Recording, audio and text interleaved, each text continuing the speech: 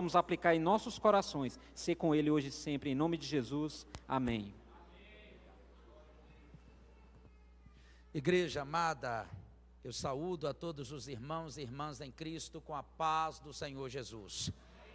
Quero, como sempre, em primeiro lugar, dar toda honra, toda glória, todo louvor, toda majestade, reino, poder e domínio ao nosso Deus, porque verdadeiramente Ele é digno e merecedor de todas estas coisas, porque Ele é bom, Ele é fiel, Ele nos ama e cuida de nós melhor do que nós mesmos. Quero também, neste momento de gratidão, agradecer a Deus pela vida do anjo desta igreja, que é o pastor Marcelo Pantoja, e ao pastor Rubens, que está aí na liderança do departamento de missões.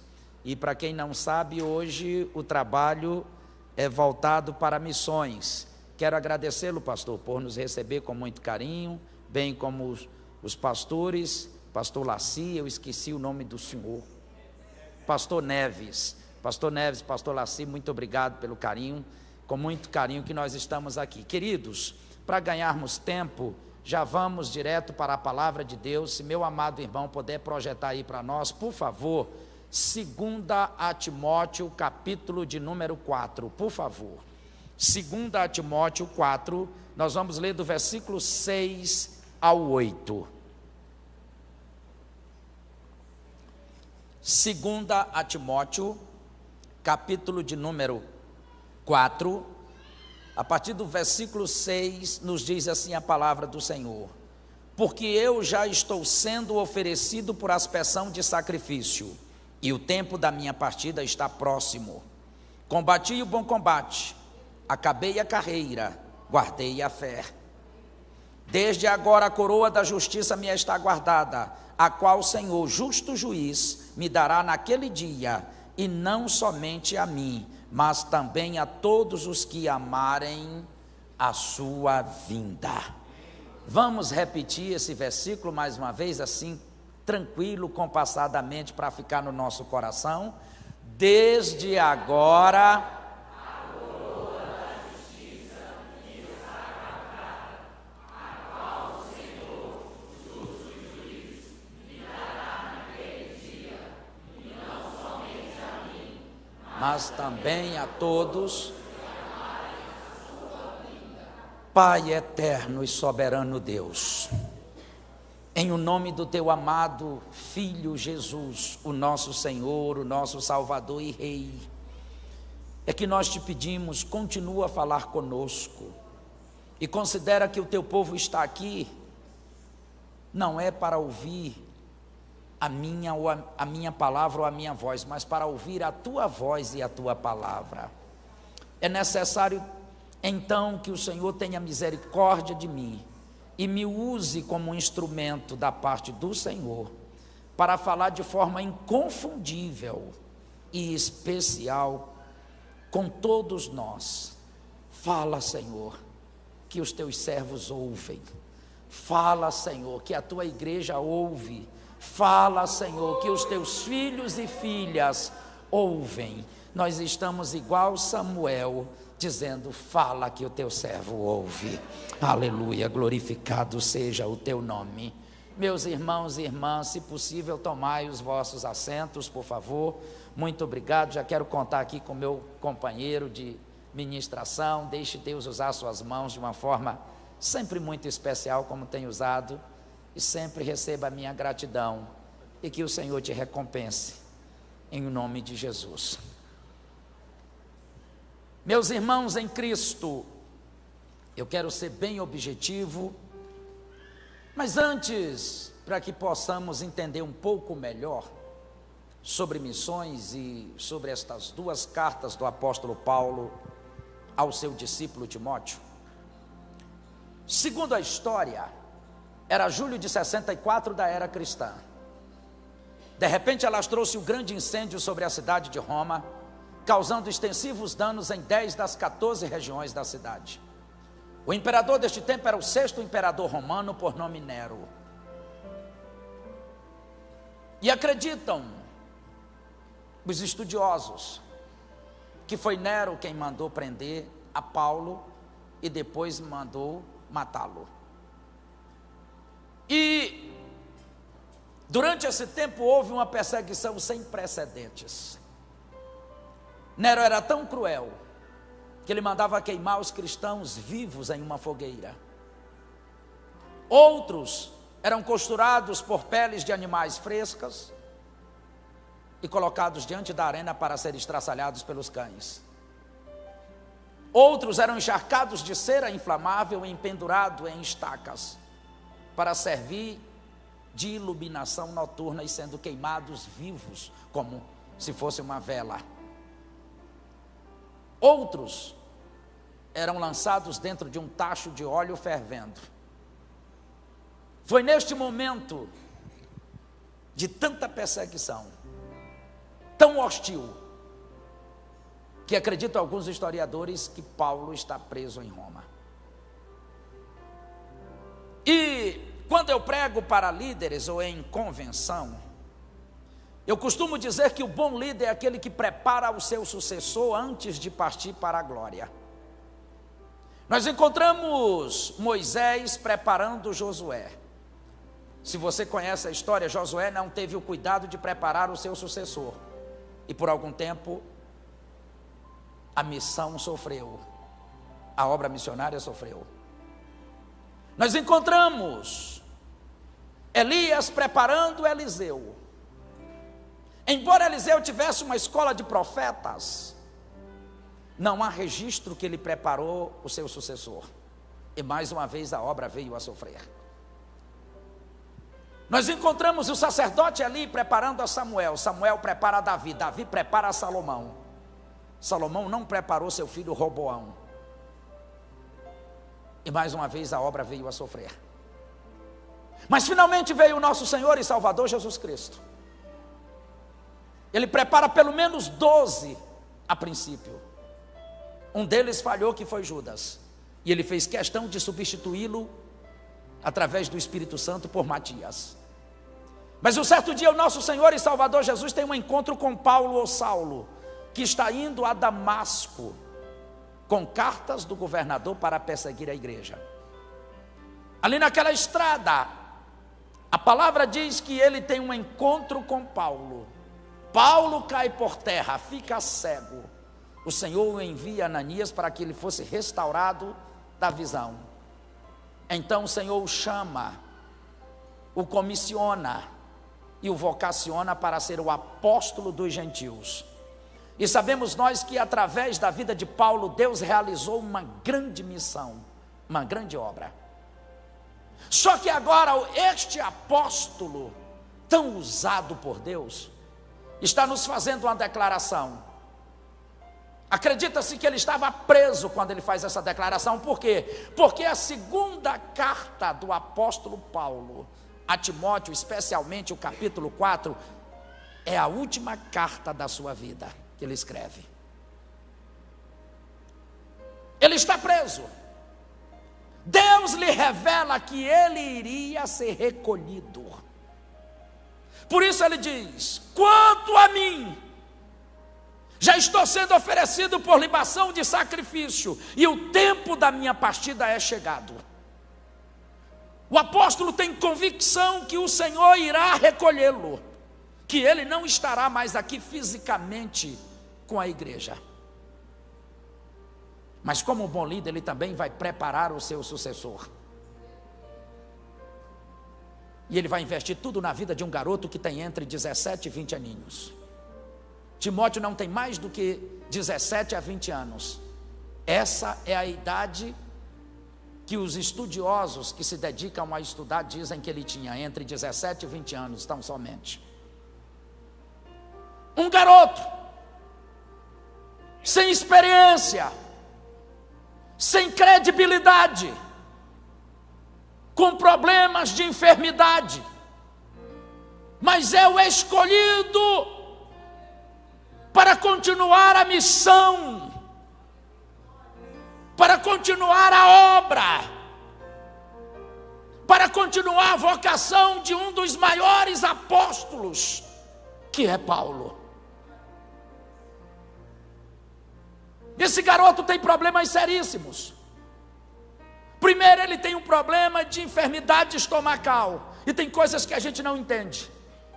Paulo curou tantas pessoas, mas para ele, Paulo recomenda ele tomar vinho. Quando nós lemos 1 Timóteo, capítulo 5, versículo 23, Paulo diz: não tome tão somente água, mas acrescenta-te um pouco de vinho, por causa do teu estômago e das tuas frequentes enfermidades. Ele tinha enfermidades frequentes, tinha tudo para dizer não à obra de Deus. Tinha tudo para dizer: escolhe outra pessoa, porque eu sou um rapaz que tem problemas de enfermidades frequentemente. O que te impede de fazer a obra de Deus? O que te impede? Perdoe-me a sinceridade. Não quero ser mal educado e nem grosso, mas a gente inventa tantas desculpas para não fazer a obra. A gente inventa tantas desculpas para não pegar no arado. Esse rapaz tem todos os problemas que alguém poderia ter para ter uma chance de dizer não ou ter uma desculpa. Mas mesmo enfermo, com frequentes enfermidades, ele diz: eis-me aqui. É um rapaz tímido, que tem dificuldades de falar em público. Por isso Paulo o exorta em 2 Timóteo 1, 6 e 7, dizendo: eu te exorto que tu reavives o dom de Deus que está em ti pela imposição das minhas mãos, porque Deus não te deu um espírito de covardia, mas de amor, de poder e de moderação. Paulo está dizendo: não seja covarde, porque Deus te deu um espírito de poder. Porque para fazer a obra a gente precisa ser cheio do Espírito Santo, o espírito de poder. E Paulo está dizendo: lembra-te da imposição de mãos que tu recebestes. Mas também é um rapaz tão jovem, por ser jovem não tinha credibilidade, porque se nos dias de hoje, 2000 anos após, os anciãos não dão tanta credibilidade a um jovem, você imagine há 2000 anos atrás. Ele tem entre 17 e 20 anos. Paulo sabia que os mais velhos não iriam depositar credibilidade ou confiabilidade nele.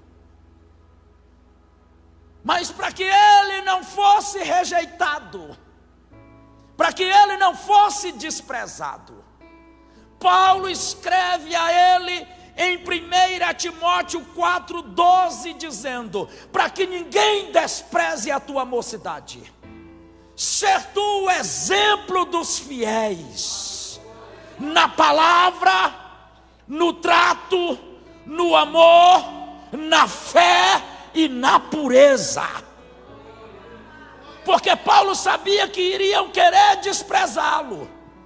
E ele diz: para que ninguém despreze a tua mocidade, para que ninguém despreze a tua juventude, ser tu exemplo dos fiéis. Irmão, ser exemplo para infiel até que não é tão difícil, mas ser exemplo para fiéis não é para qualquer um. Porque aqueles que pregam, aqueles que fazem a obra, aqueles que colocaram a mão no arado, precisam ter bom testemunho, precisam de exemplo. Porque existem momentos na vida que o meu testemunho de vida fala mais alto do que a minha pregação. Por isso ele diz para eles: ser tu exemplo deles, para que eles não te desprezem. Ser tu exemplo dos fiéis. Em outras palavras, eles não vão te dar credibilidade, eles não vão te dar confiabilidade. Você precisa conquistá-las. Você precisa conquistá-las. Então, ser exemplo dos fiéis. Agora vamos para a mensagem. Dito isto, ele vai dar as diretrizes de como este rapaz ser bem sucedido na missão. Porque o campo de batalha é Éfeso.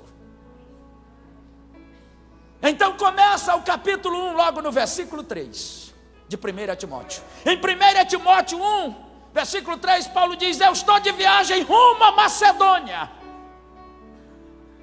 mas eu te rogo que permaneças em Éfeso, para demonstrares a certas pessoas que não ensinem outra doutrina. Não te ocupe com fábulas, nem com conversas vãs, da qual não tem proveito nenhum e atrapalha na fé. Porque aqueles que têm uma missão precisam se dedicar a pregar a palavra, porque é a palavra que liberta, é a palavra que salva, é a palavra que cura, é a palavra que transforma, é a palavra que muda, é a palavra que perdoa, é a palavra que levanta, é a palavra que fortalece, é a palavra que leva para a verdade, a palavra que leva para o céu. Ele diz: eu quero que tu fiques em Éfeso. O campo de batalha, o campo missionário é a cidade de Éfeso. E o que era Éfeso naquela época, irmãos? Uma cidade importantíssima, de um poder aquisitivo altíssimo, um importante porto marítimo. Só que era uma cidade dominada pela magia negra, era uma cidade dominada pela astrologia, era uma cidade dominada pela idolatria. Foi lá que Paulo queimou vários livros de magia negra. Lá tinha um templo de uma deusa chamada Diana, que tinha 127 metros de comprimento por 73 de largura.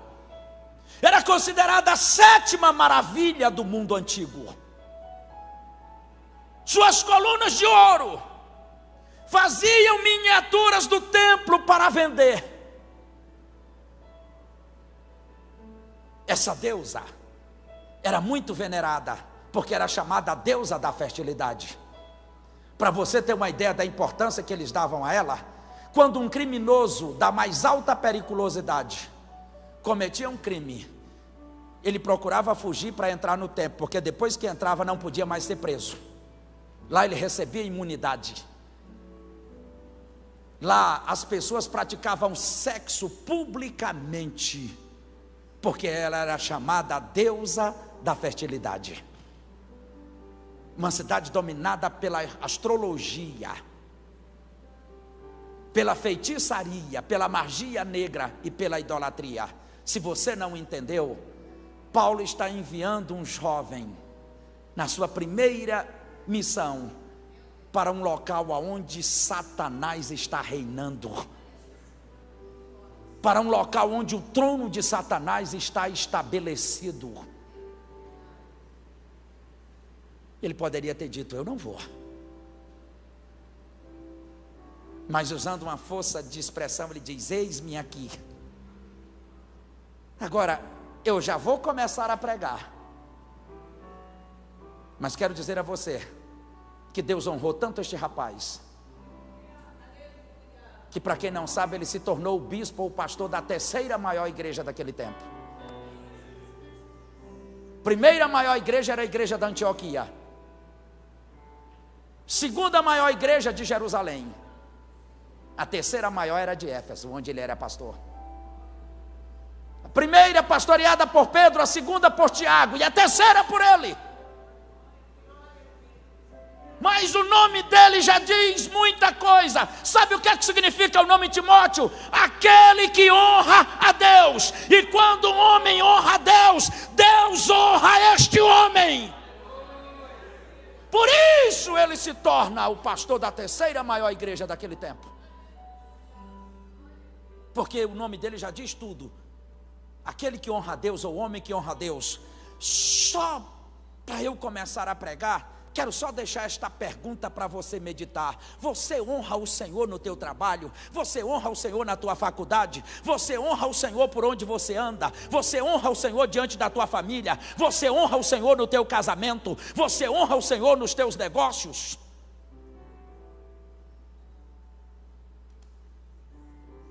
Ele é o homem que honra a Deus. Mas Paulo vai dar as diretrizes de como ele vencer, porque ele está indo para um trono, ou para o lugar onde o trono de Satanás está estabelecido. E a primeira coisa que Paulo diz para ele, depois que Paulo diz: eu estou indo de viagem rumo à Macedônia. Em 1 Timóteo 1,3, aí começa o capítulo 2 de 1 Timóteo. E a primeira coisa que Paulo diz para ele é: antes de tudo é antes de tudo mesmo. Antes de tudo, que se use a prática de súplicas, de orações e intercessões por todos os homens, porque aqueles que querem fazer a obra e ganhar almas, é indispensável orar. Então Paulo está dizendo: antes de tudo, meu filho, antes de pregar, antes de evangelizar, antes de fazer qualquer outra coisa, eu te exorto que tu tenha uma vida de oração, de intercessão e de súplica por todos os homens. No versículo 8 ele diz: quero, portanto, que os homens ou os varões levante mão santa sem ira e sem contenda. Que os homens orem em todo lugar, que os varões orem em todo lugar, levantando mão santa sem ira e sem contenda. Porque quem quer fazer a obra, quem quer ver vidas serem libertas, precisa orar. Orar para que o Senhor liberte. John Knox foi enviado para a Escócia. Ficou quase 10 anos ali, pregando a palavra, pregando, e ninguém se convertia. Um certo dia ele, tão cansado de pregar e ninguém dá ouvido, ele parou a pregação. Não estou dizendo que a palavra não é importante, não entenda assim, por favor. Estou dando um exemplo, isso não é doutrina. Estou dando o exemplo de um homem. Ele, de tanto pregar e ninguém lhe dá ouvido, ele disse: eu vou parar de pregar um tempo e eu vou me dedicar só à oração. E sabe qual era a oração de John Knox diante de Deus? Senhor, me dá almas, senão eu morro. Senhor, me dá almas, senão eu morro. Senhor, me dá almas, senão eu morro. O Espírito Santo começou a mover aquele país de uma forma tão grandiosa, que um certo dia, quando ele abre o templo, saíam pessoas vindas de todas as regiões da Escócia para ouvir a palavra. E ele pregou e fez o apelo. Em pouco tempo, 80% da Escócia era cristã. Se quer fazer a obra, ore. Ore pedindo libertação. Quando lemos a biografia de alguns heróis da fé, nós encontramos um homem chamado David Brainerd. Brainerd foi enviado para ministrar para os índios. Era um missionário dos índios. E ele passou por algumas aldeias que ainda não tinham contato com a civilidade. Eram índios que nunca tinham tido contato com outra sociedade. E matavam mesmo. E de repente David Brainerd entra à floresta. E ele conta em sua biografia que ele foi seguido pelos índios, como estavam seguindo ele como se fosse serpente, sem fazer barulho. Os selvícolas foram para matá-lo. De repente, quando o sol está se pondo, ele coloca o seu cavalo, ele andava a cavalo, ele prende o seu cavalo em uma árvore, e ele dobra os joelhos e enfia literalmente o rosto no porando. E ele é cercado. Um dos guerreiros indígena pega o arco com flecha para matá-lo. Mas antes de soltar a flecha, Deus fez com que o cacique entendesse a oração de David Brainerd. E sabe o que ele ouviu? Que David Brainerd estava clamando ao grande Espírito para salvar o espírito dos índios. Quando o guerreiro ia matar o cacique, brada e diz: não toquem, porque Ele é um dos nossos. Aleluia. Leia sobre Ele. Ele está no livro Heróis da Fé. Nunca houve até hoje um missionário para ganhar tantos índios para Deus como Brennand.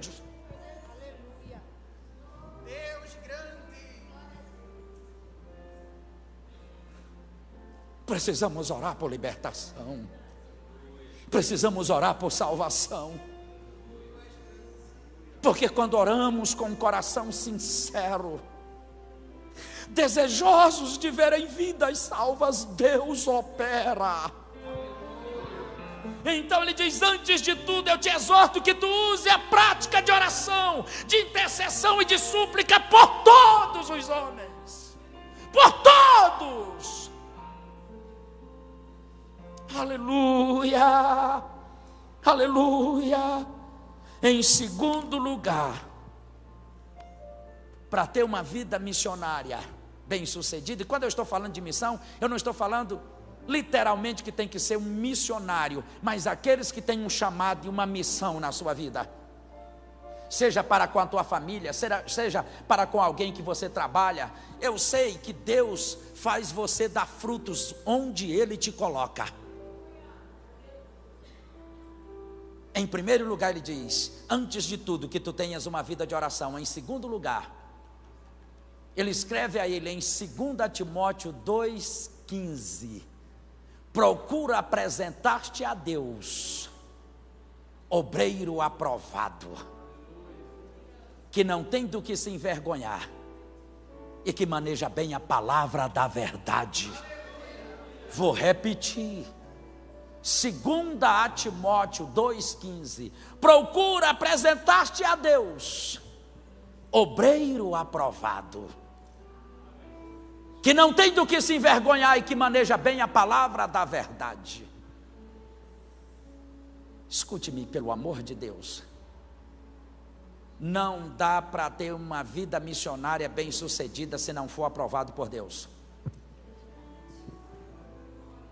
Aqueles que desejam ganhar almas, aqueles que desejam ter uma missão bem sucedida,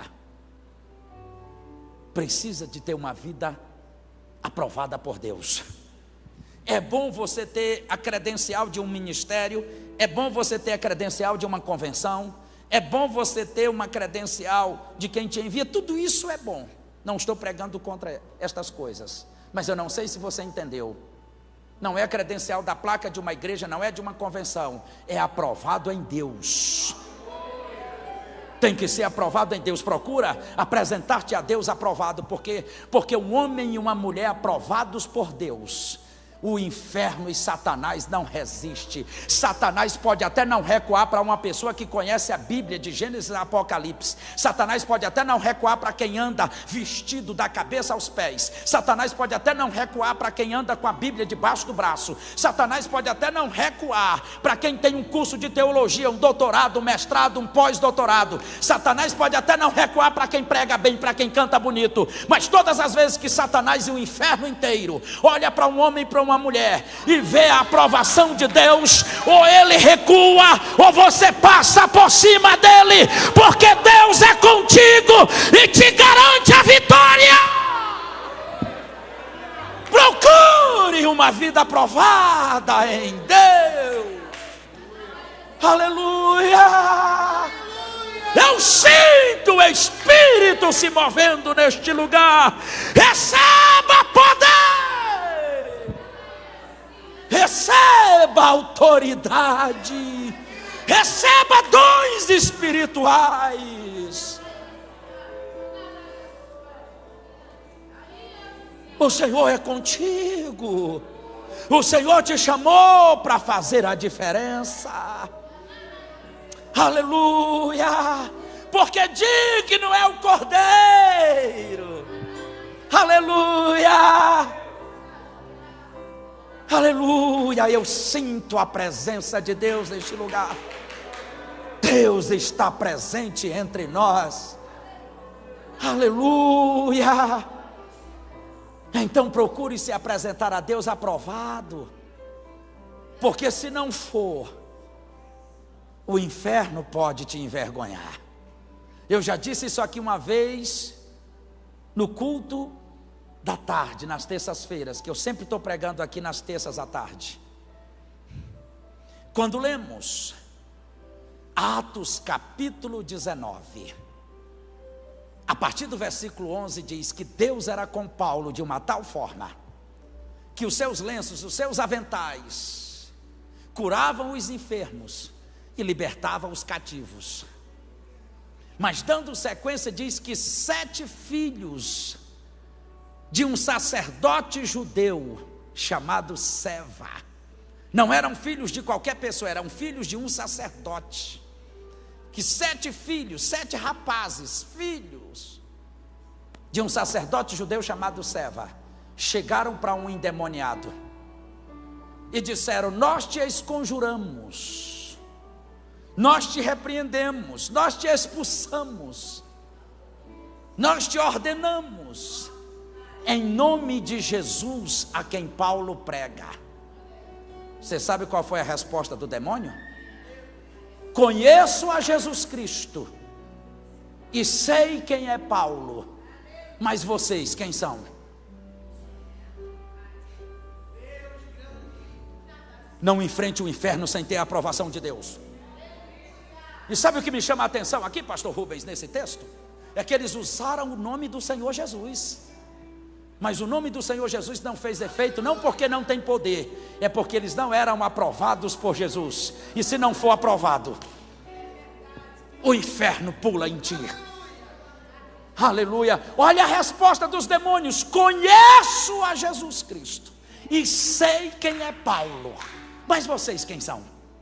Aí a palavra diz que aquele endemoniado pulou em 2 deles, rasgou suas vestes, eles ficaram nus. Diz que deu uma surra tão grande que eles saem correndo.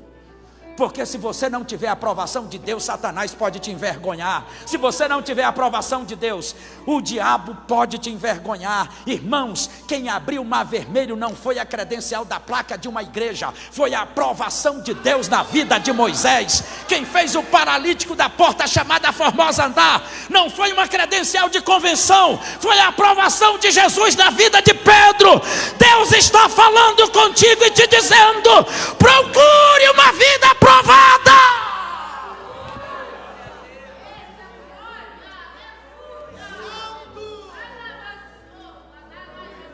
Porque quem tem vida aprovada por Deus não passa vergonha. Pode ser perseguido, pode ser preso, pode ser até morto, mas envergonhado não.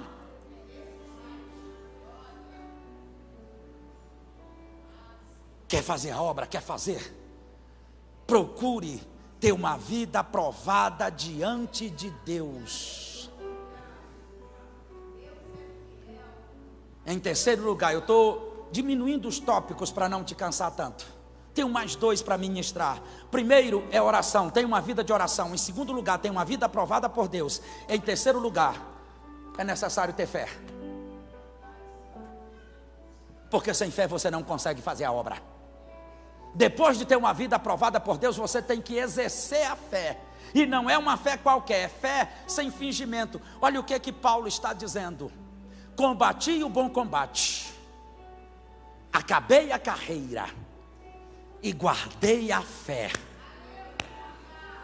Quando Paulo diz isto, ele está preso. Tiraram a liberdade de Paulo pregar, tiraram a liberdade de Paulo viajar, tiraram a liberdade de Paulo visitar aqueles que ele gerou na fé, tiraram a liberdade de Paulo de ir e vir. Mas quando ele diz isso, sabe o que ele está dizendo? Vocês tiraram a minha liberdade, vocês tiraram o meu direito de viajar, vocês tiraram o meu direito de pregar, vocês tiraram o meu direito de visitar aqueles que eu gerei na fé, vocês me tiraram o direito de ir e vir. Mas uma coisa vocês não tiraram e nem conseguem tirar: a minha fé eu guardei. Eu combati o bom combate, acabei a carreira e guardei a fé.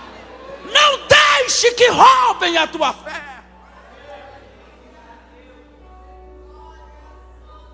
Não deixe que roubem a tua fé, que tirem a tua fé.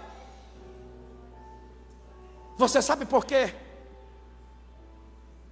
que o imperador ficou com Paulo muito tempo preso e não matou logo? Você sabe por que Nero segurava Paulo lá preso? Porque a intenção de Nero não era matar Paulo. Pastor Neves, pastor Laci, pastor Rubens, a intenção de Nero não era matar Paulo. Sabe qual era a intenção de Nero? Era fazer Paulo apostatar da fé. Por isso que ele ficou com Paulo preso, porque ele sabia que se Paulo negasse a fé, a multidão que ele ganhou para Jesus toda ia por água abaixo. Então o que Nero queria não era matar Paulo, ele estava fazendo Paulo ser torturado, para Paulo negar a fé, apostatar da fé. Mas Paulo está dizendo: vocês podem tirar o que quiser de mim, mas a minha fé ninguém tira. A minha fé eu guardei, aleluia, aleluia. E é por isso que ele escolhe o jovem Timóteo, porque quando lemos 2 Timóteo, capítulo 1, versículo 5, sabe o que ele diz para Timóteo? Em 2 Timóteo 5, lembro-me da tua fé sem fingimento, que primeiramente habitou na tua avó Lóide, e depois na tua mãe Eunice, e estou certo que também habita em ti. Paulo escolhe Timóteo porque sabe que ele é um rapaz de fé. Eu vou repetir, 2 Timóteo 1,5, lembrando-me da tua fé sem fingimento, que primeiramente tu recebeste da tua avó Lóide, e depois da tua mãe Eunice, e estou certo que também habita em ti. Timóteo não é escolhido por acaso, Timóteo é escolhido porque tem fé, e fé sem fingimento, porque nós vivemos dias de crise na fé, em que pessoas estão pregando sobre fé, mas elas mesmas não creem. Porque pregar sobre fé é muito fácil, difícil é crer. Pregar sobre amor é muito fácil, difícil é amar. Eu costumo dar um exemplo, que é do pregador da palavra de Deus e do vendedor da pomada da Copaíba. Ambos estavam em uma praça, o pregador da palavra de Deus de um lado e o vendedor da pomada da Copaíba do outro. Um pregando sobre a palavra de Deus e outro sobre a pomada da Copaíba. Quem não conhece a pomada da Copaíba, é uma pomada que eles dizem aí que só falta tomar o lugar de Jesus, porque ela cura qualquer doença, na opinião deles. Não sei se você já ouviu alguém vendendo, eu já vi. E está o vendedor da pomada da Copaíba de um lado, dizendo que aquela pomada curava qualquer doença, e todos foram ouvi-lo e compraram sua pomada. Ninguém parou para ouvir o pregador da palavra de Deus. No final do dia, o pregador angustiado chegou para o vendedor da pomada da Copaíba e indagou-lhe dizendo: qual é a diferença entre você e eu? Ele disse: como assim? Ele disse: porque eu passei o dia inteiro pregando uma verdade e ninguém parou para me ouvir, e você passou o dia inteiro pregando uma mentira e todos pararam para te ouvir e ainda compraram o seu produto. O vendedor da pomada da Copaíba deu um sorriso e olhou para ele e disse: sabe qual é a nossa diferença? É que eu passei o dia inteiro pregando uma mentira como se fosse uma grande verdade, e você passou o dia inteiro pregando uma grande verdade como se fosse uma mentira. Nem você crê no que está pregando. Deixa eu te dizer algo: quando pregar para alguém, prega com fé. Quer ganhar almas? Prega com fé. Primeiro tenha fé para ti, fé sem fingimento. Quando pregar que o inferno existe, primeiro creia que o inferno existe. Quando pregar para alguém que se ele morrer, ele pode perder a salvação, primeiro creia que você tem que ter uma vida séria diante de Deus, porque você pode perder o céu.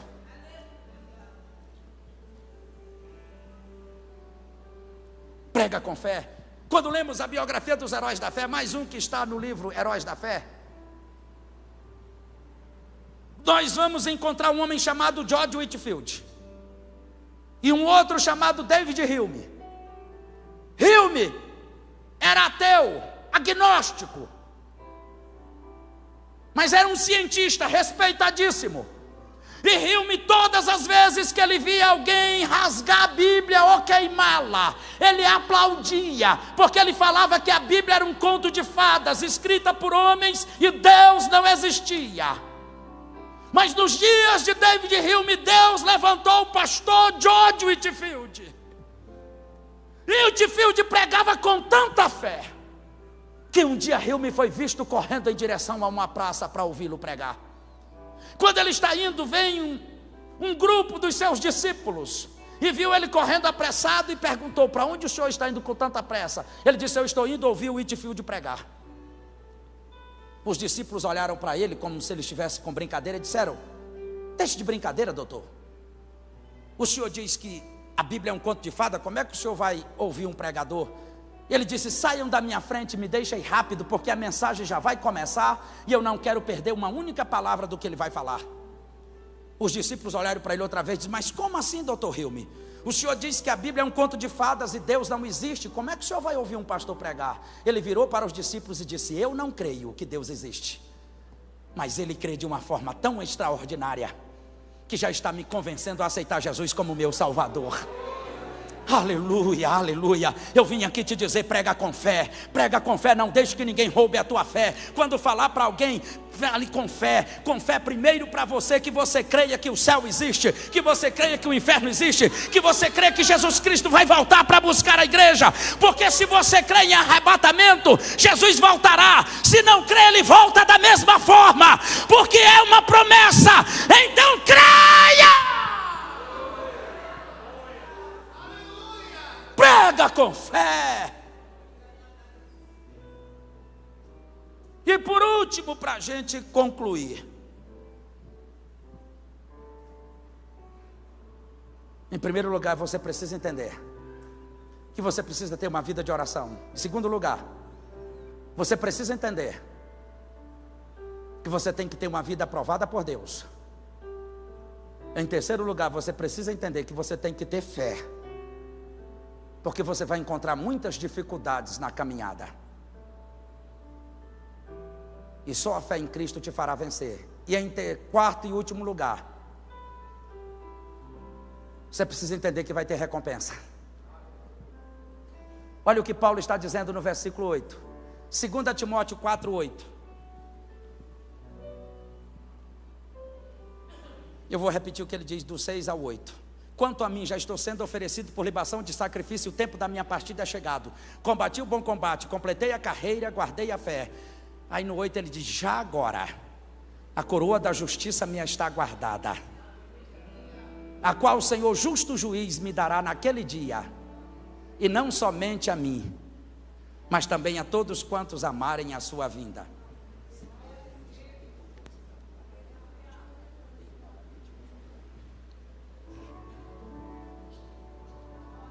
Já vou começar a terminar. Você precisa acreditar que tem recompensa.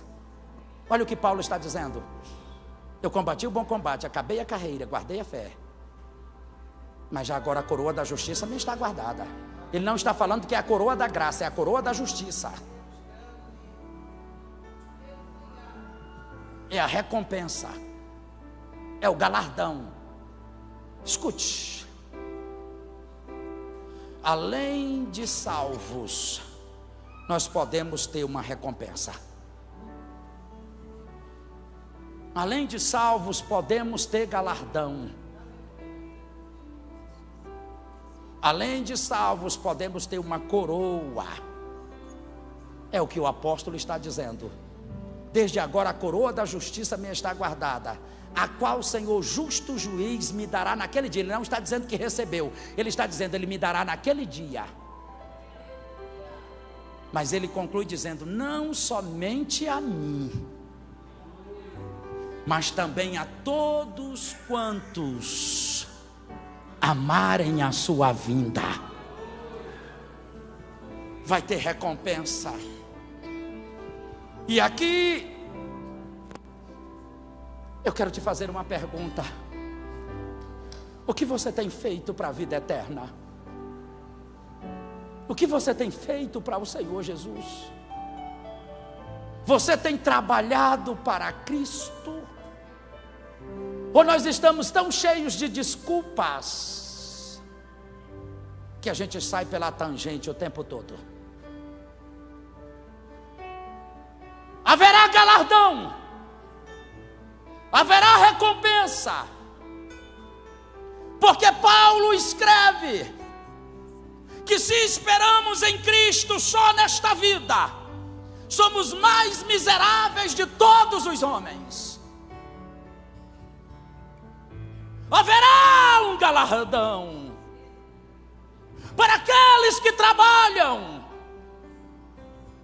Se Deus te desse o privilégio e a honra de você ser arrebatado para ir até a glória e contemplar os salvos que trabalham e os que não trabalharam, você iria ver a recompensa de uns e a não recompensa de outros. E se o Senhor te levasse, eu tenho certeza que quando você voltasse de lá, você iria mais se dedicar ao espiritual do que ao secular. Por quê? Porque aqui a ferrugem corrói, a traça come, mas o tesouro que estamos juntando lá, ninguém pode tomar. A vida eterna está vindo aí. Eu sei que tem departamentos aqui, e uma das coisas que me deixa mais triste é quando eu vejo líderes de departamento, seja de que de departamento seja qual for o departamento. A coisa que me deixa mais triste é quando eu vejo líderes de departamento praticamente implorando para liderados para fazer alguma coisa, porque parece que a gente perdeu a visão do céu, parece que a gente perdeu o que Deus tem para nós na vida eterna.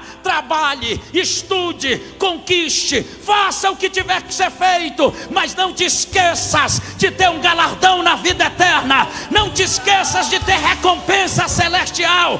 Só que nós estamos a cada dia piores. Irmãos, escutem isso aqui, porque é um apelo. É um apelo dolorido. Eu sei que tem pessoas aqui, como nosso amado irmão acabou de dizer aqui, que faz capelania hospitalar. Tem pessoas aqui que já tiveram experiências de irem visitar pessoas que estão desenganadas pela medicina, ou que estão com uma enfermidade que não está evoluindo a medicação para que seja curado. Visite para você ver.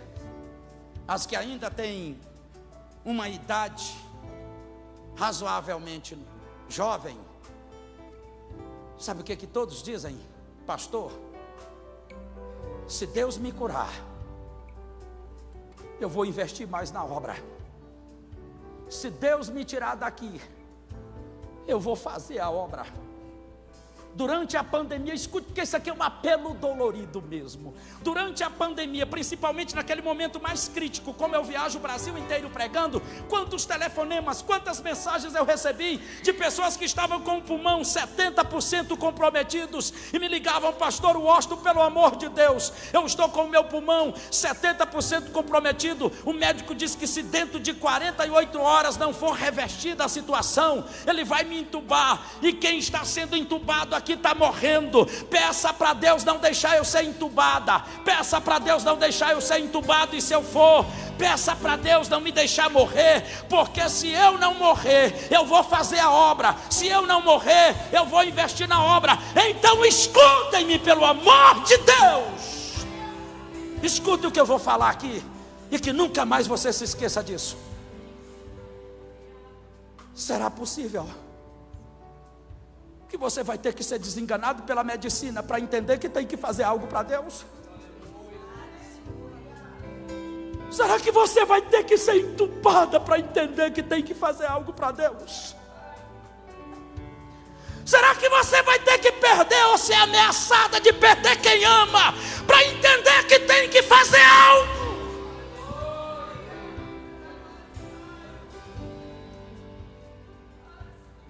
Faça enquanto há tempo. Faça por amor e não pela dor. Eu vou repetir porque é um apelo. Será que você vai ter que ser ameaçado e ameaçada para entender que tem que fazer algo para Deus? Eu preciso terminar devido ao horário. Mas sabe qual é o final do meu apelo? A partir de hoje, procure a liderança, seja de louvor, seja de crianças, seja de missões, seja de varões ou de senhoras, seja de que departamento for, procure e diz o que tem para fazer aí. Porque eu ouvi uma mensagem, eu quero fazer algo para Deus.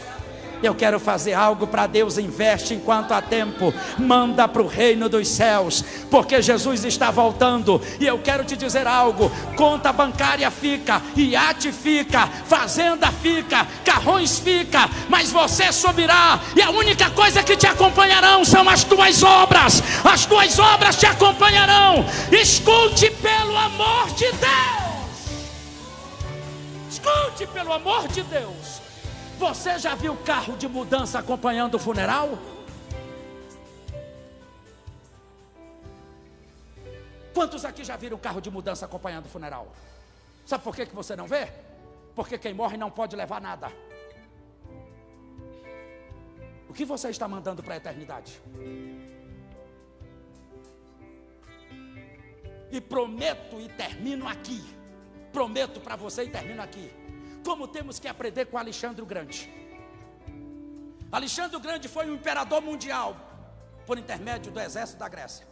E quando Alexandre o Grande estava no auge do sucesso, ele chamou os seus súditos e disse-lhes: no dia que eu morrer, eu quero que o meu caixão seja sem tampa, e que as minhas mãos sejam colocadas para o lado de fora.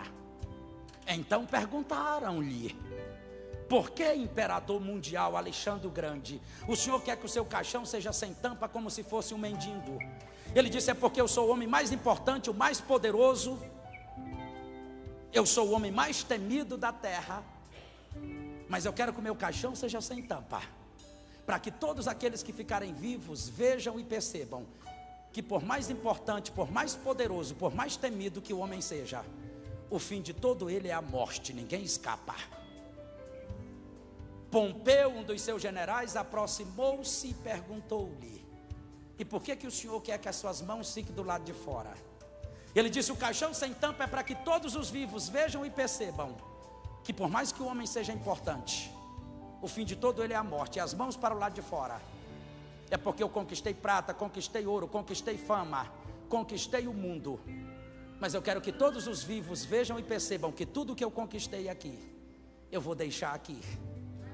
Eu não vou poder levar nada. Qual é a tua decisão? Fiquemos de pé, por favor. Qual é a tua decisão? As únicas coisas que te acompanharão são as tuas obras. E não diga que Deus não usou um homem para falar tão sério contigo. Porque se você não ouvir, não praticar, você vai se lamentar quando chegar lá. Não porque não será salvo, mas porque você vai dizer: como eu perdi tempo lá e não conquistei galardão e recompensa aqui. Porque lá é eterno, lá não passa. Mas aqui ficam casas, ficam carros, ficam contas bancárias, ficam diplomas, ficam todas estas coisas perecíveis, porque todas essas coisas são efêmeras, todas essas coisas são transitórias, mas o que você manda para lá é eterno. Eu quero orar com você e por você. O senhor me permite, pastores? Vocês me permitem orar, fazer uma oração pela igreja?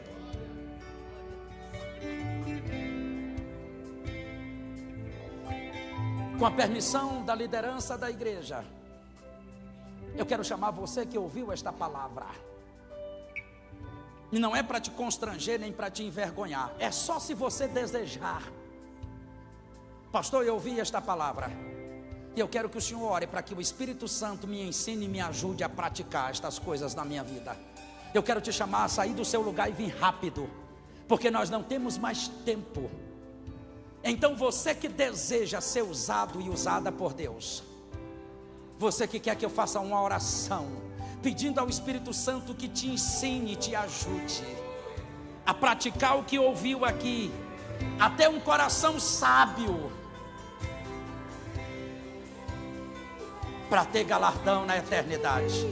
Fiquem à vontade, por favor, para adorar a Deus, enquanto estão vindo. Com a criação eu canto louvores ao Rei dos Reis. És tudo para mim e eu te adorarei.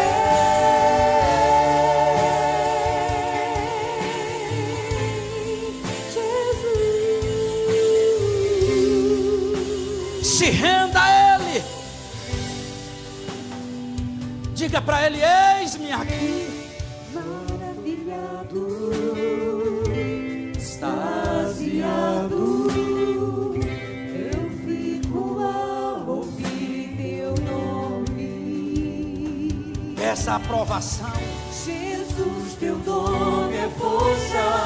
Peça fé. Fôlego de vida. Peça forças para orar. Água viva. Santo, santo, santo, Deus todo-poderoso, que era e há de vir. Com a criação eu canto louvores ao Rei dos Reis. És tudo para mim e eu te adorarei. Tudo começa com uma vida de salvação em Cristo Jesus. Antes de fazer a obra, a gente precisa ser salvo. Porque antes de salvar os outros, a gente precisa ter certeza da nossa salvação. Então, antes de orar por todos que vieram à frente, eu quero fazer uma pergunta. E talvez alguém que está aqui afastado ou afastada, ou que participa de cultos e ainda não se decidiu para receber Jesus como Senhor e Salvador, pode até estar pensando: será que Ele vai convidar para eu receber Jesus ou para me reconciliar com Deus? Se você pensou assim, acertou em cheio. E nesse momento, antes de orar por todos, eu quero e preciso saber se tem alguém em nosso meio, seja aqui na frente ou os que não vieram, que desejam receber uma oração especial, entregando sua vida ao Senhor Jesus Cristo, ou reconciliando-se com Deus.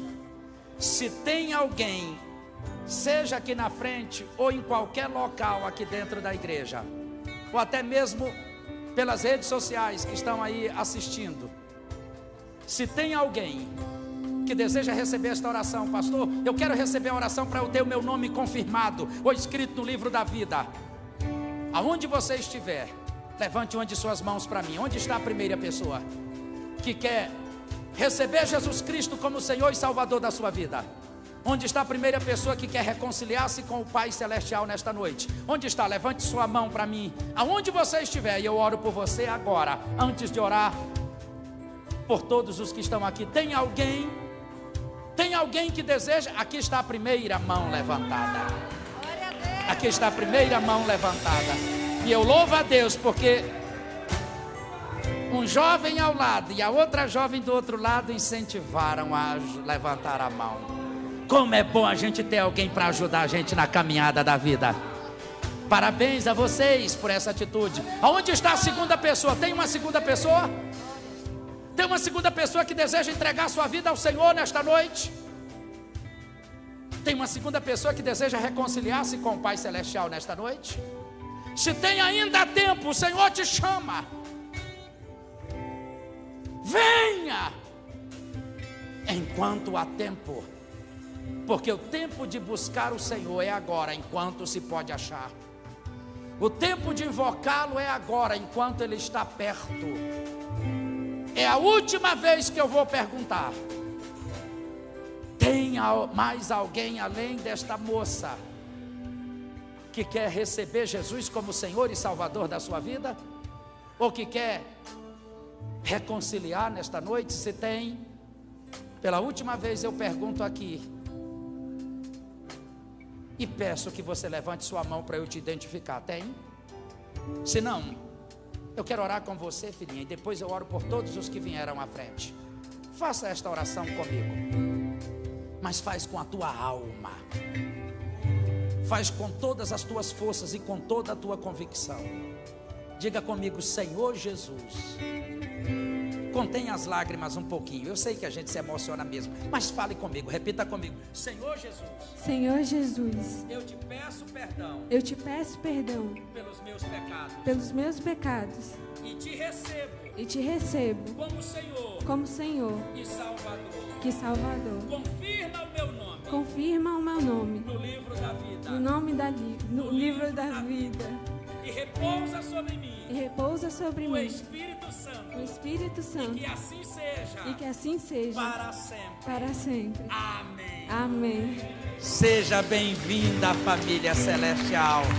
Deus te abençoe ricamente. Deus te abençoe ricamente. Deus Todo-Poderoso, que era e é de mim. Talvez até alguém até diga, nesse tanto de gente, só uma alma, pastor, só uma. Gostaria que fosse pelo menos 1000. Mas só quero te dizer uma coisa. O Senhor Jesus disse que uma única alma salva vale mais do que o mundo inteiro perdido. Valeu a pena.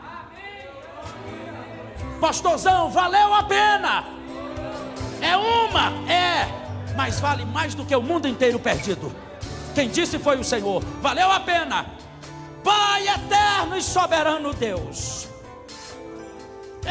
eis a tua igreja, eis os teus amados filhos e amadas filhas, que aqui estão não diante de mim, mas diante do Senhor, pedindo dons espirituais, pedindo capacitação espiritual, pedindo poder divino para fazer a tua obra,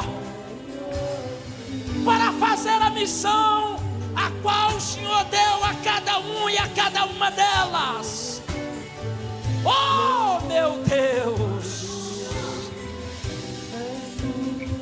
envia o Espírito Santo. Espírito Santo, eu te peço em nome do Senhor Jesus, distribui agora os dons espirituais entre a tua igreja. Para um dá o dom de cura, para outros dá o dom da palavra, para outros dá o dom de profecia, para outros dá o dom de revelações, para outro dá o dom de línguas, para outro dá o dom de interpretação, para outro dá o dom da ciência.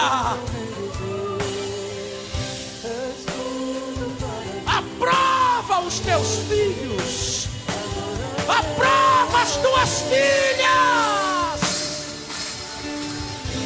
que este povo saia daqui aprovados por ti, que este povo saia daqui cheio do teu Espírito, mas sobretudo que a tua presença seja com eles o tempo todo e todo o tempo, e que jamais serão envergonhados ou recuarão. Receba da parte de Deus nesta noite poder, receba forças, receba vigor, receba saúde e vida, para que vocês realizem a obra, glorifiquem o nome do Senhor e livre aqueles que estão indo para o inferno da escravidão eterna e tragam para o reino do Filho de Deus.